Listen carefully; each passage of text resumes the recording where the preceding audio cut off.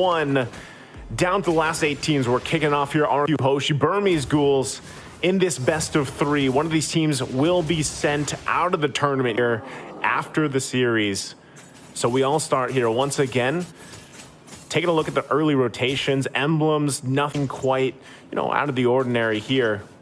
Banana, though, opting for a lot of that sustainability again with this CC. We'll see how this all works out. Burmese Ghouls, they have they gotta play around the fact that they have, oh, hold on, already in the mid lane though. Jump in, come through. Nico's gonna be just fine. Gives them a thumbs up as well. So for now, back and forth. We're gonna wait for that first big objective, of course, the turtle. I'm not sure if either of these teams have what they need to get an early first blood before the objective. I think it's better they play it safe again when we're talking about exactly what is at stake here, right? So for now, let's see once again how it goes. Banana and DLAR. Banana should have a pretty good lane so far for the most part until that level 4 is available. There you are, Kim. So yeah, nothing, you didn't miss too much. Oh yeah, definitely. It's a minute in, no first blood. Kind of expected to see this from, of course, RQ and Burmese. They want to be a little bit more careful, kind of going in for a lot of these early game pokes first. Like this XP lane choice from RQ, they decided to go with this, especially since this can kind of like put DLAR back. Like we've seen this in some games of the Burmese Ghouls that, DLAR had a very early wave clear, so he was able to reach level 4 much faster than the opponent, which kind of really enables Burmese Ghouls to kind of take in these early turtles. But so far, it's RQ. Irad actually started up 140 HP already for the turtle. Yep, they go in. Heavy spin already used. Turtle for the taking. Irad going to be able to get it. They get the stun off as well. Not sure if they still want to be going for it, though. They're going to fight it out, and they back off. They disengage. Good thing, too. Once again, they have that Nether Realm available from Nico. Yeah, those was very good zoning as well from RQ. Like you see, Banana, not only was he able to clear lanes pretty fast, he was also able to zone out Saksa there, so he can push forward and try to go for that heavy spin and just click that retribution and steal that Lord. But overall for RQ, right, like so far their lanes are pretty much contained. Like you see how DLAR was super aggressive too when it came to like the turtle take. He went in and tried to go in for that level 4 so he can pop in that Black Dragon and be able to kind of mess up RQ's turtle take there. But so far RQ has been successful. No first blood yet. 3 minutes in already in the game. Yeah, which is interesting, right? Because we're talking about the aggression from both of these teams, but and that's not going to find the connection they're looking for. But hold on, still pressure. Oh, what a huge! I'm offended into the heavy spin, able to get the lockdown. Irad going to be the one to go down. First blood going to the hands of Burmese Ghouls. What a set there from Blink, utilizing the flicker combination with the I'm offended. Still going to be up here on the top side, but they should be fine for now. What a play! Yeah, just when we were talking about no first blood, kind of called it there. Nice tuck in there. Flicker was available for Blink, and he was able to do that. And now Banana in trouble. Ooh, this is what I was talking about, though. 1-for-1 trade-off onto the bottom side. And you see kind of like the aggression of DLAR, right? Going right into the turret to make sure that he gets the pick off. But again, kind of nullified since it was like a 1-for-1 trade. Here on the middle side, though, Burmese Ghouls. Burmese Ghouls setting things up, but not be able to get anything. Burmese Ghouls so far, they got that nice first blood. They got it in 2 pickoffs, but it's still RQ Hoshi leading, all because of the turtle takes that they've been taking. And not to mention, look at Skylar there over on the top side, actually forcing Stitch to actually go to the XP lane instead.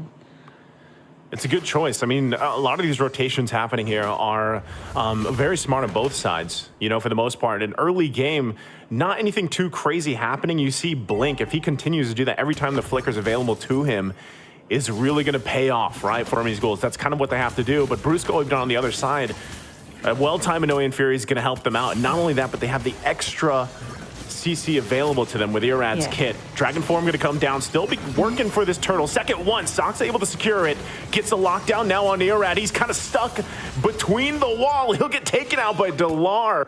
And there's nothing RQ could do there. So objective and a kill for Burmese Ghouls.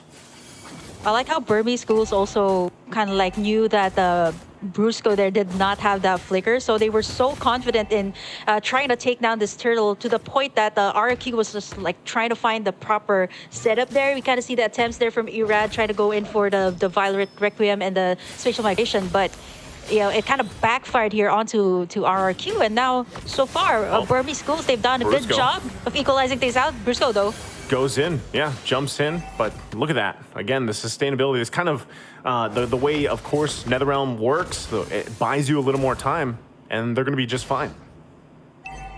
I'm worried about for the side of Burmese Ghouls, though. They have to check Skylar as of the moment. He's gotten all the gold plating over on the top side. Not to mention that he's been pushing the lanes pretty fast. You did mention that this Bruno is a turret shredder, and so far he's been taking this turret down almost to 1/4 HP. They should be able to take this. Great map control here for RRQ. Great space that they've made, especially since they still need to take in the last turtle and possibly the next Lord coming into this game. But so far, gold lead, you don't see anyone leading as of the moment because everybody is so... It's kind of a little bit careful when it comes to all these engages, right? Like, once you engage, you don't have that right follow-up, it might actually just be a double-edged sword for your team. Yeah, and I think that's, again, you have to respect the fact that even with everything happening now, you know, in the past couple of minutes, it's pretty much even, economy-wise, right, for the most part. And Skylar not going down, able to kind of just farm up here is great for RRQ. But even on the flip side, Burmese Ghouls, exactly, Stitch, having an early kill, able to work on his own here, will pay off later on, of course, as you scale up on this Claude pick. So right now, stalemates. Third turtle of the game, though, for the taking here. Both teams getting in position. Only Skylar down on the bottom side, so both teams want to go full force here. The difference maker could be that gold lane, having that available. You can already see in the mid lane, whittling down slowly, but Stitch going to go down bottom. Team's going to be fighting it out 4-on-4 here for this third turtle. Taking it slow. Turret goes down to the bottom side as both gold laners wait there. Turtle's going to reset once again. Still looking for an angle here. Brusco there in the front lines. No one committing just yet. They're trying to feel this out. Yeah, they have to. There's some pressure, though, in the mid lane. They got to deal with it for now. RQ still in position. But right now, Burmese Ghouls just kind of letting them take control of this space. Blink not going to commit. There's the dragon form finally going for the initiation. Huge stuff there from Brusco, though, with the flicker, Minnow and Fury. Now they're going to be battling out. Still looking for a kill to fall here, though, as both gold laners trying to make it away. DLAR will finally fall. Stitch now joining the fight. Irad taking a couple shots. He's almost there, but another knockup comes through as Irad falls. It's a double for Stitch, though. But Skylar finally gets a kill as well. And now the mid lane turret goes down next.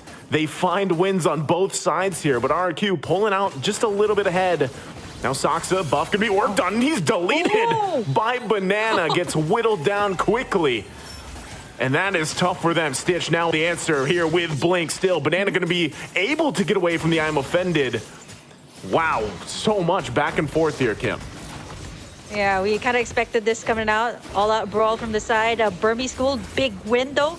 There was a trade from RQ Hoshi on the middle lane, so that's also pretty big for them to give that map control towards their side. Right now, that is big because RQ Hoshi just finally got this first Lord of the game. Not the Luminous one, but this will actually give more pressure to Burmese Ghouls. They've been winning all of these clashes, but they haven't been able to convert as much turret takes as compared to RQ Hoshi, who has been slowly taking it in care of Skylar. 101 on this Bruno, 7,600 gold for him, at least 1,000 more than what Stitch has. But so far, you know, we can't count out Stitch just yet. This is a Claude that you're talking about. He just picked up the Demon Hunter sword too, so that's going to be big for the side of Burmese Ghouls when it comes to these clashes.